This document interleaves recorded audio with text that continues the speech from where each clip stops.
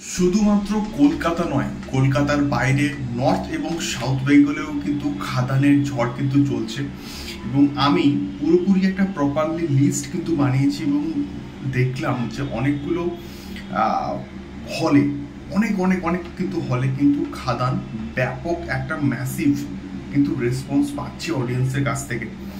এবং সবার ফার্স্টে আমি বলবো যে সঙ্গীতা টকিজ কৃষ্ণনগর, সেখানে কিন্তু দুটো শো এখনো কিন্তু হাউসফুল যাচ্ছে। নিউ সিনেমা কোচবিহার, সেখানে কিন্তু দুটো শো হাউসফুল যাচ্ছে। সুরেন্দ্র সিনেমা রানাঘাট, সেখানে কিন্তু মোটামুটি একটা শো হাউসফুল যাচ্ছে। সো তোমরা কোথা থেকে ভিডিওগুলো দেখছো এবং তোমাদের এলাকায় কোন কোন হল হাউসফুল যাচ্ছে অবশ্যই কিন্তু আমাদেরকে কমেন্ট বক্সে কিন্তু কমেন্ট করে কিন্তু শেয়ার করতে পারো।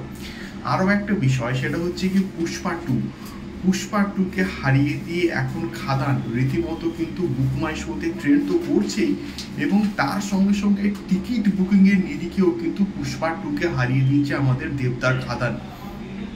তার কারণটা হচ্ছে পুষ্পা টু যদি ঘন্টায় 1K করে টিকিট বুক হয়, সেই জায়গাতে দেবদার খাদান কিন্তু 3K 5K করে কিন্তু টিকিট বুক হচ্ছে। এটাও একটা ম্যাসিভ লেভেলের রেকর্ড। এবং দেবদার আরও একটা ইনিশিয়েটিভ, সেটা হচ্ছে গিয়ে তোমাদের এলাকায় যদি কোনো হলে খাদান না চলে বা খাদান দেখার সুযোগ না পাও, তাহলে কিন্তু তোমরা কমেন্ট বক্সে কিন্তু একটা কমেন্ট করতে পারো। সেখানে কিন্তু দেবদা খাদান দেখার একটা ব্যবস্থা কিন্তু করে দেবে, এমন একটা পোস্ট কিন্তু দেবদা করেছে। এটা দেখা যাক কি হয়। বাট এই আপডেটগুলো সংক্রান্ত তোমাদের কি ফিডব্যাক অবশ্যই কিন্তু কমেন্ট বক্সে কমেন্ট করে শেয়ার করো। দেখা হচ্ছে পরবর্তী ভিডিওতে। টাটা।